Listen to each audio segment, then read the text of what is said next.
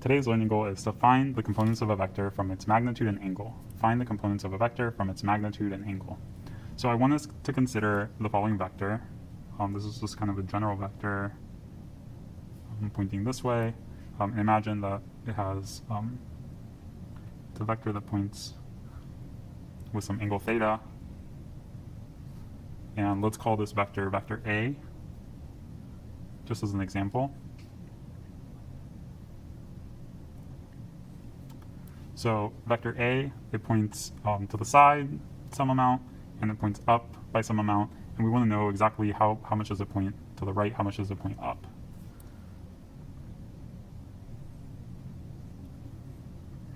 And depending on the situation, this could be like the east direction and the north direction, or it could be the x direction and the y direction, or it could be like to the side and up, or something along these lines, right, really depending on the problem.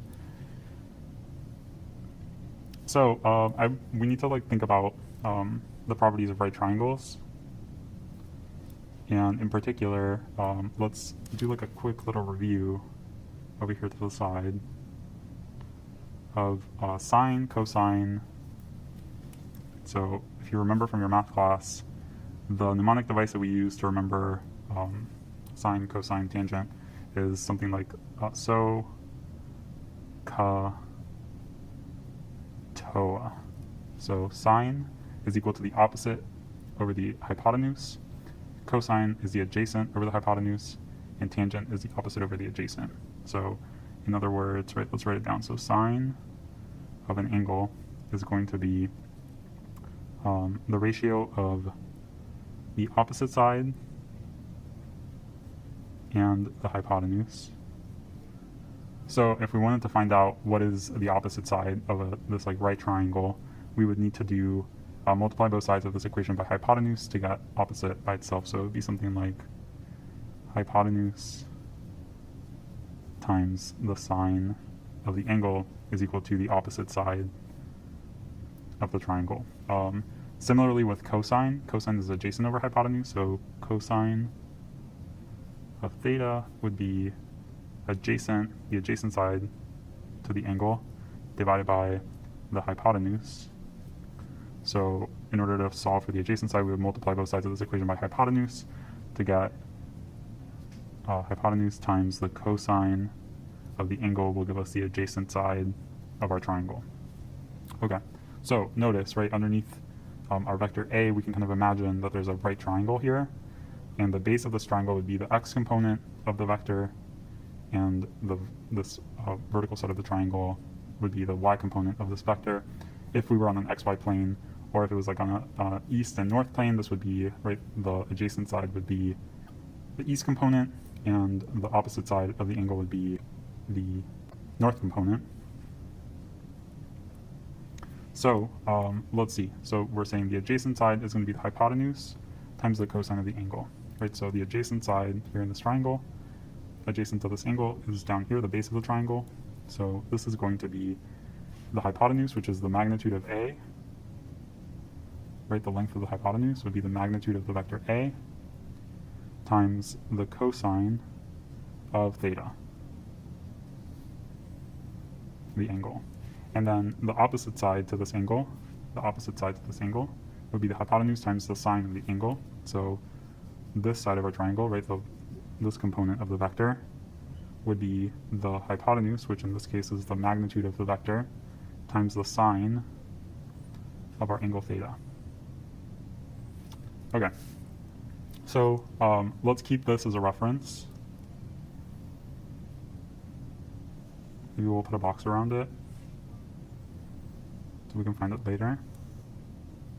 Right, so if we have a problem where we're told, okay, here's a vector, go ahead and find the x and y components of the vector. How do we calculate the x component? How do we calculate the y component? Or how do we calculate the east component? How do we calculate the north component? Something like this. Okay, let's look at an example. So it says a hippo moves with a velocity of 2 meters per second at 30 degrees north of east. Find the north and east components of its velocity. So we're being asked to find the components of a vector, and we're being given the magnitude of the vector, 2 meters per second, and the direction of the vector, this angle 30 degrees north of east. So the first thing we should do here is draw a picture so that we can visualize what's happening in the problem. So the north direction points like this. Let's say that would mean that east points over here, right? And then south is opposite of north, and west would be opposite of east. And the hippo is moving at 2 meters per second at 30 degrees north of east. So east is our reference, and 30 degrees north of east would be something like that. So we're measuring the 30 degrees north of east. So let's draw the vector. So here's the east direction along this line, and we're measuring 30 degrees with respect to the east direction. So this is 30 degrees north of east. And now let's try to figure out here the length of this vector, right? The magnitude of this vector is 2 meters per second. And that's going to be the hypotenuse of this like right triangle that we can imagine exists kind of like underneath this vector, right? So the east component will be the base of our triangle, and the north component will be this height of the triangle. Okay, the east component of our vector is going to be the adjacent side of the triangle, adjacent to this 30-degree angle. So it's going to be the magnitude, 2 meters per second, times the cosine of the angle, which is 30 degrees. So 2 times cosine of 30 degrees is, if we plug it into our calculators, 1.7 meters per second. That is the east component of the velocity of the hippo. Okay, let's try now finding the north component of the velocity of the hippo. So v north, the north component, is going to be the magnitude of the vector 2 meters per second times the sine, because this is the opposite, the side opposite to the angle of 30 degrees, sine of 30 degrees.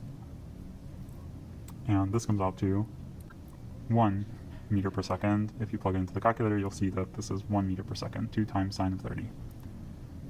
Okay, and that's it. We've got our north component and our east component of the hippo's velocity. Okay, I'm going to give you one to try. Okay, you tried this problem. A box accelerates 3.1 meters per second squared at 18 degrees below the positive x direction. Find the x and y components of the acceleration. Pause the video now.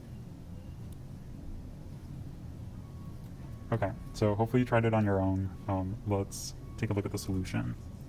So we've got a box accelerating at 3.1 meters per second squared, 18 degrees below the positive x direction. So let's draw our axes. So here's the x direction, here's the y direction, and 18 degrees below the x direction is going to be like this. We're going to be measuring it with respect to the x direction, and it'll be 18 degrees below it. So something like 18 degrees below the x direction. And now we want to know the x and y components of this vector. The vector has a magnitude of 3.1 meters per second squared, so 3.1 meters per second squared is going to be our magnitude. So that's kind of like the hypotenuse of this triangle that we're imagining, right, this right triangle. So once again, right, the opposite side will be the magnitude times the sine of the angle, and the adjacent side will be the magnitude times the cosine of the angle. So our x component of the acceleration is going to be 3.1 meters per second squared times the cosine of the angle, which is 18 degrees. Plug into our calculator and see what number we got. 2.9 meters per second squared. So that is our x component of the acceleration, right? So that's the base of our triangle, this side right here along the x direction, and then the side along the y direction parallel to the y direction, that's going to be our y component. So the y component is the side opposite to this angle, 18 degrees. So we're going to use the sine in this case. So the magnitude is 3.1 meters per second squared times the sine of 18 degrees. And we'll plug it into the calculator and see what we got. 0.96 meters per second squared. So this is our y component of the acceleration. Okay, but we have to be very careful here. So notice that plugging into our calculator, we got a positive value for the y component of the acceleration. However, if we look at our diagram, and this is kind of why it's very important to draw a picture whenever we're doing these type of problems, is because we should check to make sure whether this makes sense, that this has a positive sign on it. The y component of our vector, notice that the vector points in the positive x direction, and it also points in the negative y direction. So it points to the right in the positive x direction, but it also points in the negative y direction. So there's something missing here from our answer. We should really be saying that the y component of the acceleration is negative 0.96 meters per second squared. So now we're in good shape. Let's check to make sure that the x component doesn't need a negative sign as well. The x component points in the positive x direction. So the fact that we have a positive value for our x component makes sense. However, the y component, we had to add a negative sign so that it makes sense here with our situation. The y component of the acceleration points in the negative y direction. So we should have a negative sign on our y component. Great job, everybody.